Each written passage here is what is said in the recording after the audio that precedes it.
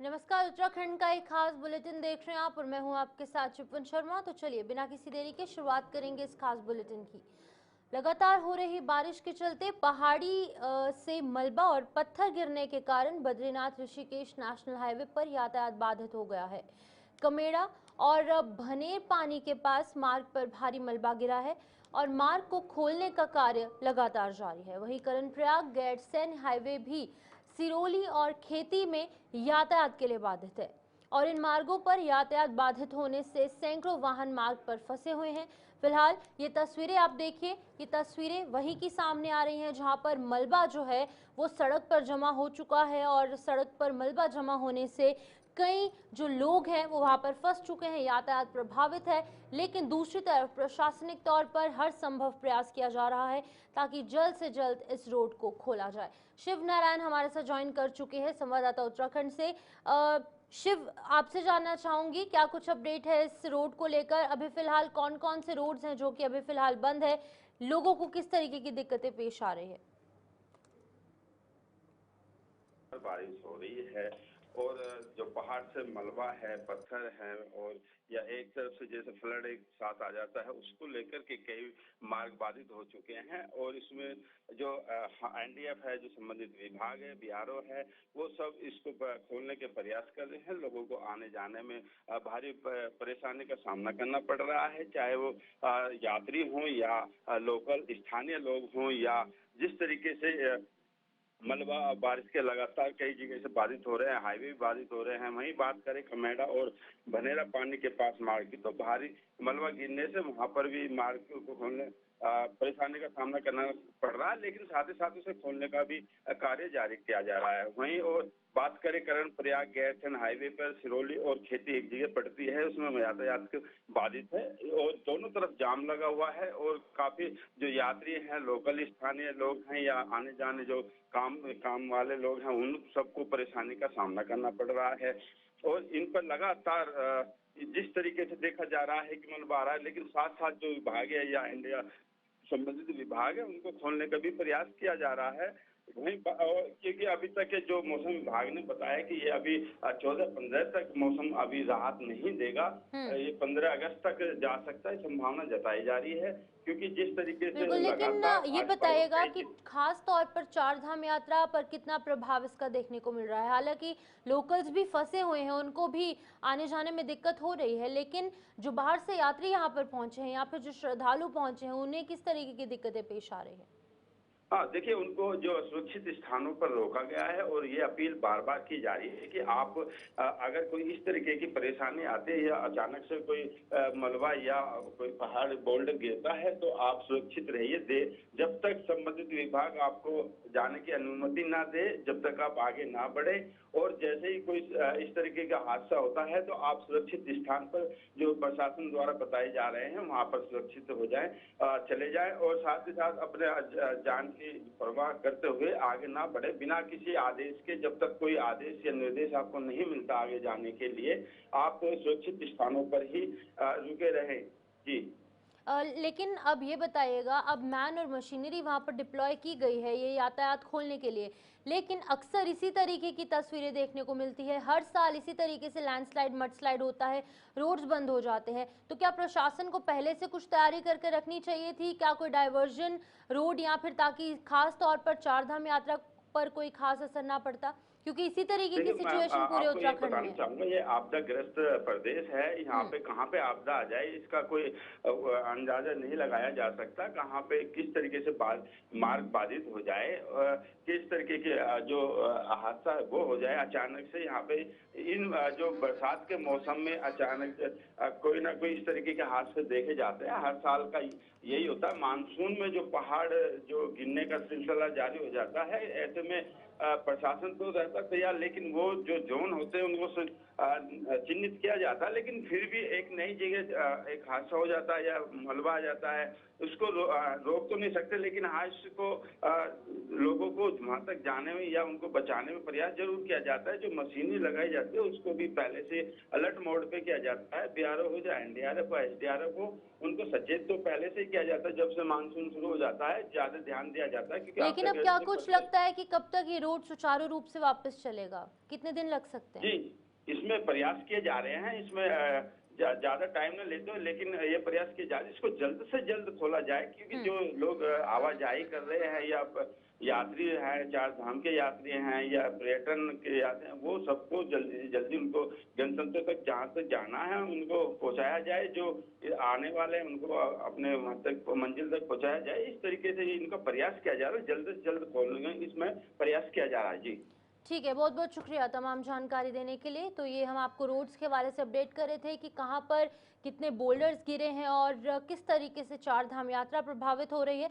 वहीं दूसरी तरफ चार धाम यात्रा के साथ साथ जो लोकल्स हैं, जो रोज़मर्रा की ज़िंदगी में ट्रैवल करते हैं, उनको भी बेहद ज़्यादा परेशानी हो रही है। लेकिन दूसरी तरफ प्रशासनिक तौर पर चाहे बाकी की जो एजेंसीज़ हैं या फिर बाकी की जो टीम्स हैं, वो भी एकजुट होकर काम कर रही हैं ताकि सभी रोड सुचारू रूप से चले, लोगों को और श्रद्धालुओं को जो चार धाम यात्रा के लिए यहाँ पहुंचे होने कोई दिक्कत ना पेश आए।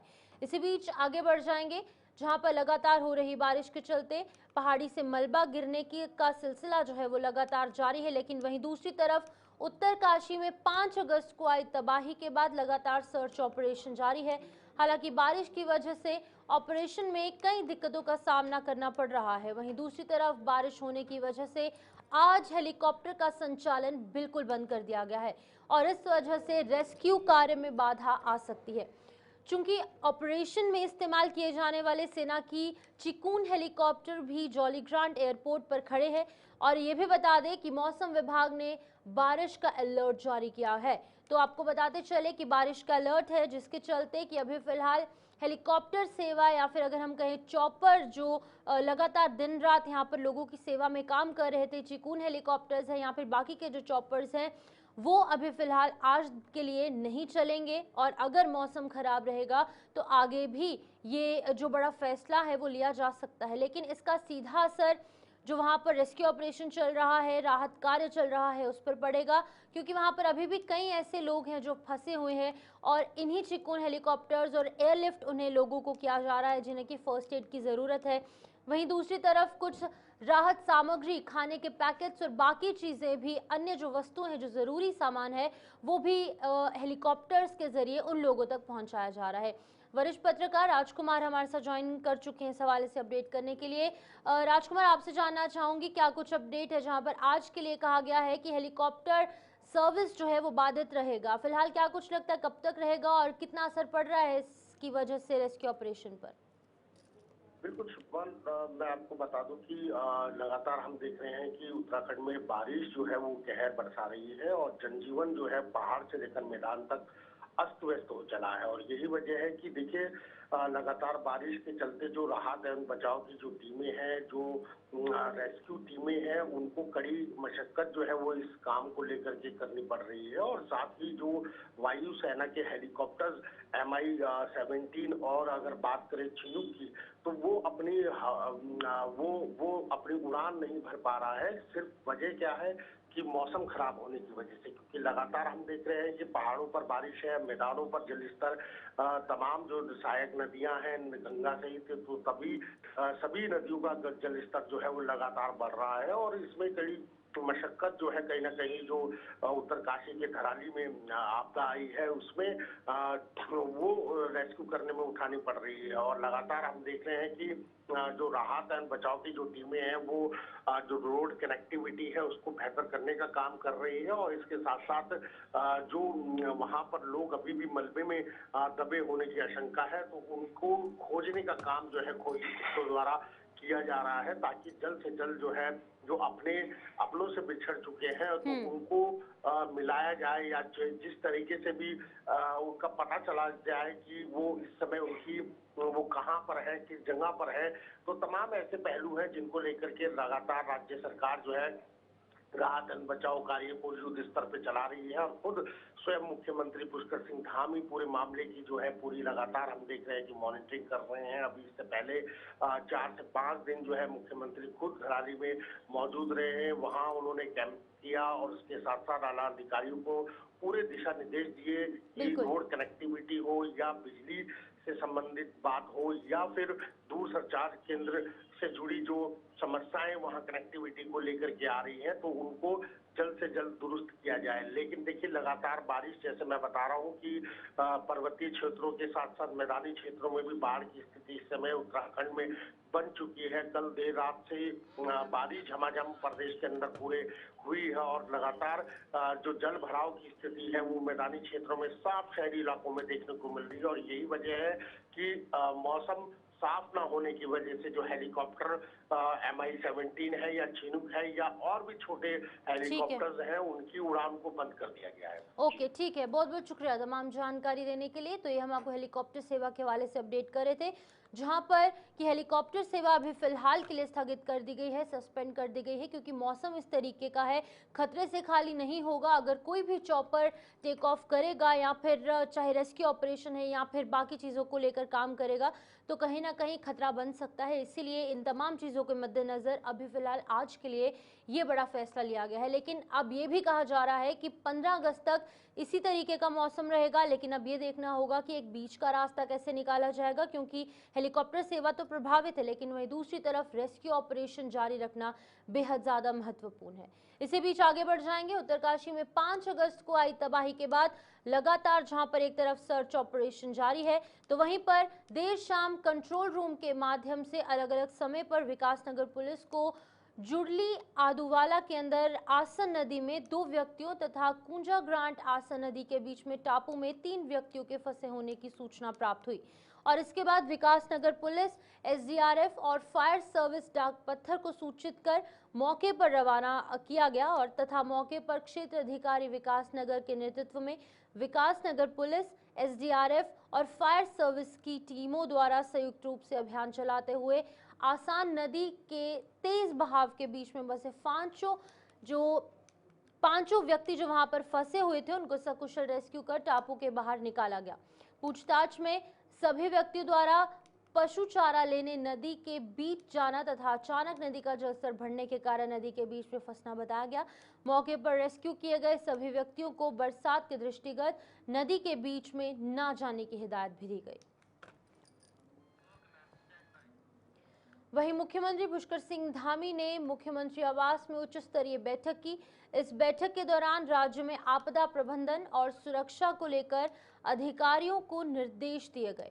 मुख्यमंत्री ने कहा कि प्रदेश के पर्वतीय क्षेत्रों में भूस्खलन, हिमस्खलन तथा अन्य प्राकृतिक आपदाओं की दृष्टि से संवेदनशील स्थानों को तत्काल चिन्हित किया जाए ताकि संभावित खतरे से पहले ही सतर्कता बरती जा सके। उन्होंने स्पष्ट निर्देश दिए कि इन चिन्हित संवेदनशील स्थलों पर किसी भी प्रकार की कई बसावट या फिर नए निर्माण कार्य की अनुमति नहीं दी जाएगी। वहीं पर मुख्यमंत्री ने कहा कि प्रदेश के प्राकृतिक जल स्रोतों और नदियों और नालों के किनारों पर किसी भी प्रकार का सरकारी या निजी निर्माण कार्य प्रतिबंधित रहेगा। इसके लिए सभी जिलाधिकारियों को स्पष्ट दिशा निर्देश जारी किए जाए तथा इनकी क्रियान्वयन की जो नियमित निगरानी है वो की जा सके। उन्होंने चेतावनी दी कि इन निर्देशों का उल्लंघन करने वाले अधिकारियों के विरुद्ध सख्त अनुशासनात्मक जो कार्रवाई है वो की जाएगी।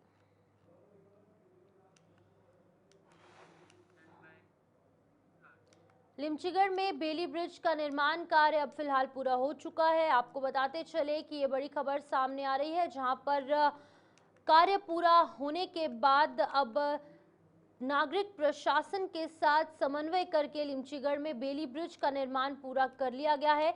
और ये समन्वय जो है वो भारतीय सेना के साथ किया गया, जिससे कि उत्तरकाशी के धराली में 5 अगस्त को बादल फटने से मूल रूप से बह जाने के बाद संपर्क बहाल हो गया है।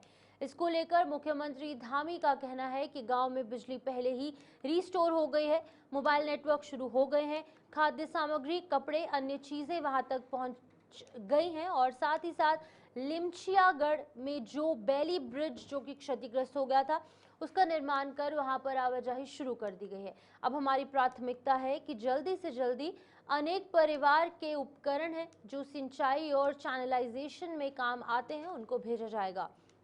कई जगह पर रोड कनेक्टिविटी नहीं है, वहां पर रास्तों को ठीक करने का काम किया जा रहा है। देखिए, बिजली पहले ही रिस्टोर हो गई है, मोबाइल नेटवर्क वहाँ पर चालू हो गया है, सभी प्रकार के जो सामान हैं, खाद्य सामग्री है, कपड़े हैं, इत्यादि की सभी व्यवस्थाएं वहाँ पर हो गई हैं। राहत सामग्री पहुँच गई है, राशन की टैंक बनकर वहाँ पहुँच गई हैं। और जो लिमचा गार्ड है वहाँ पर एक बड़ा पुल जो क्षतिग्रस्त हो गया था उसको रात में रीइंस्टॉल करके चालू कर दिया गया है। अब हमारी प्राथमिकता है कि जल्दी से जल्दी जो हमारे अनेक प्रकार के उपकरण हैं जो सिंचाई में काम आते हैं, चैनलाइजेशन में काम आते हैं, जो ताल वहाँ पर वहीं धराली उत्तरकाशी में हाल ही में आई भीषण आपदा ने अनेक परिवारों को असहनीय दुख और भारी क्षति पहुंचाई है। इस त्रासदी की घड़ी में उत्तराखंड विधानसभा अध्यक्ष रितु खंडूरी भूषण ने मानवीय संवेदनाओं और कर्तव्य बोध का परिचय देते हुए अपना 1 महीने का वेतन माननीय मुख्यमंत्री राहत कोष में देने का पत्र विधानसभा सचिव को सौंपा। आपदा पीड़ितों की मदद से इस अभियान में विधानसभा के सभी अधिकारी और कर्मचारी भी पीछे नहीं रहे। उन्होंने एक स्वर में निर्णय लेते हुए 1 दिन का वेतन राहत कार्यों के लिए समर्पित किया। में हम सब जानते हैं धराली उत्तरकाशी में बहुत बड़ी आपदा आई है और उस आपदा में छोटा सा प्रयास मेरे द्वारा भी किया जा रहा है और अपनी 1 माह का जो वेतन है वो मैं मुख्यमंत्री राहत कोष को देने जा रही हूँ और साथ ही साथ विधानसभा सचिवालय विधानसभा के सारे कर्मचारियों ने भी ये निर्णय लिया है कि वो 1 दिन की अपना जो वेतन है वो मुख्यमंत्री राहत कोष को दें।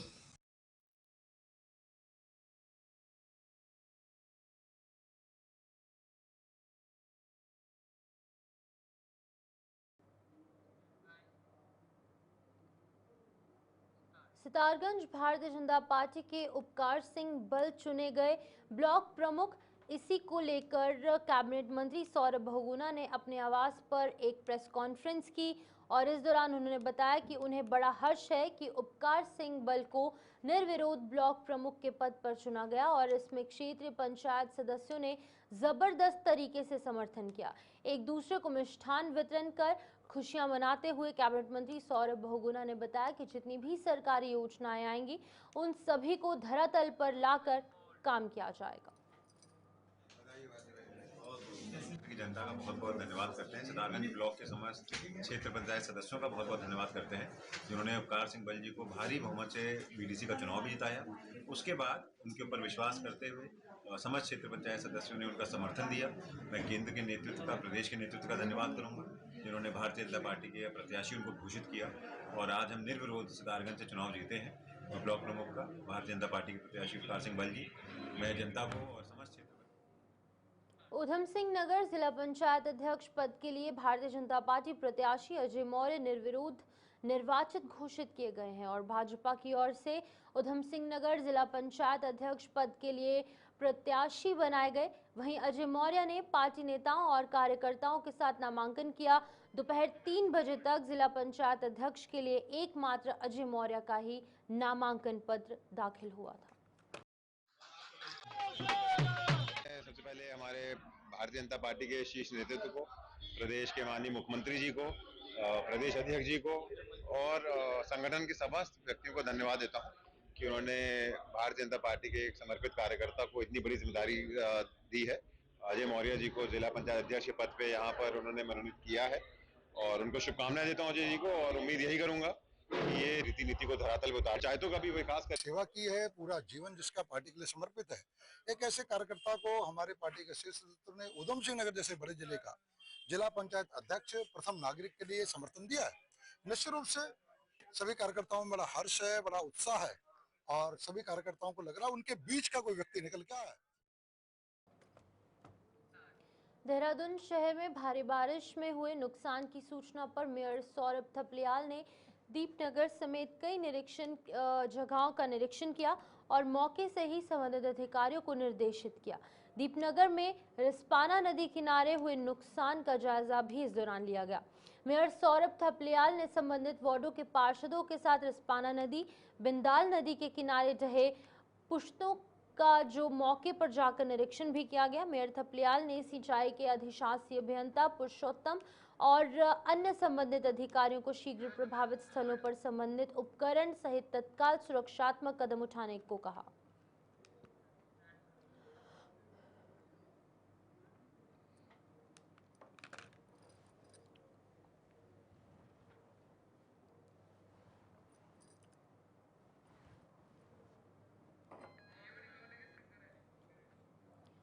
रुद्रपुर में स्वतंत्रता दिवस के उपलक्ष्य में संत कबीर मंडल की ओर से गंगापुर रोड स्थित फूलसूंगा क्षेत्र में भव्य तिरंगा यात्रा का आयोजन किया गया। यात्रा का नेतृत्व नगर निगम महापौर विकास शर्मा ने किया, जहां पर सैकड़ों कार्यकर्ता हाथों में तिरंगा लेकर और भारत माता की जय और वंदे मातरम के नारों के साथ पूरे मार्ग में देशभक्ति का माहौल बनाते रहे। यात्रा दक्ष चौक से विभिन्न कॉलोनियों से होकर पुनः दक्ष चौक में आकर संपन्न हुई।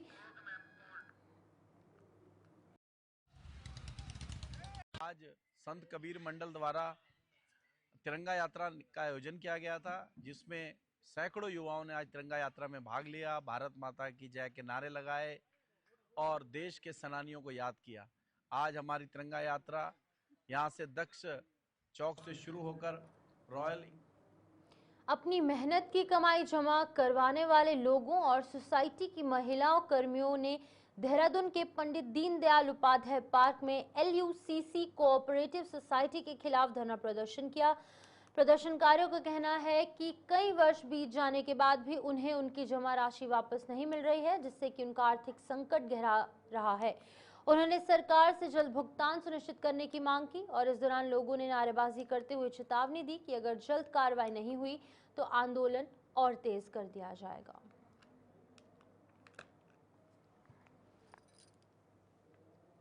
Society the Loni urban multi state credit cooperative society में हम लोग मिलजुल कर काम कर रहे थे और लगभग 7-8 साल से काम कर रहे हैं और इसमें 1 करोड़ रुपए से ज़्यादा मेरे रकम डूबी हुई की देखरेख में काम चल रहा था। सचेत ATM मशीनों की सुविधाएं थी, कोरोना काल में आती थी, सारी देखरेख सरकार की नज़र में ये काम चल रहा था। मेरी धामी सरकार से यही विनती है कि हम लोगों की जो आप लोगों ने CBI चाहे उनको जो भी करें हमारा भुगतान करें, उनकी कुर्की करवाएं। जितने भी कोऑपरेटिव सोसाइटी से हूँ जिसमें क्या बोलते हैं हम लोगों को दिखाया गया। वहीं बैंकुट नगरी श्री बद्रीनाथ धाम के स्थानीय लोगों और होटल कारोबारियों द्वारा श्री बद्रीश संयुक्त संघर्ष समिति के बैनर तले चलाया जा रहा है। जन आंदोलन 8वें दिन भी जारी रहा, जहां पर आज भी महिलाओं की बड़ी भागीदारी इस आंदोलन में दिखाई दी। बता दें कि प्राधिकरण की नीतियों के कारण वो अपनी 10 सूत्रीय मांगों को लेकर बद्रीपुरी में पिछले 7 दिनों से आंदोलन कर रहे हैं और आज भी सभी आंदोलनकारियों ने अराइवल प्लाजा के निकट एकत्रित होकर मुख्य बाजार से होकर साकेत तिराहे तक रैली निकालकर अपना आक्रोश जताया।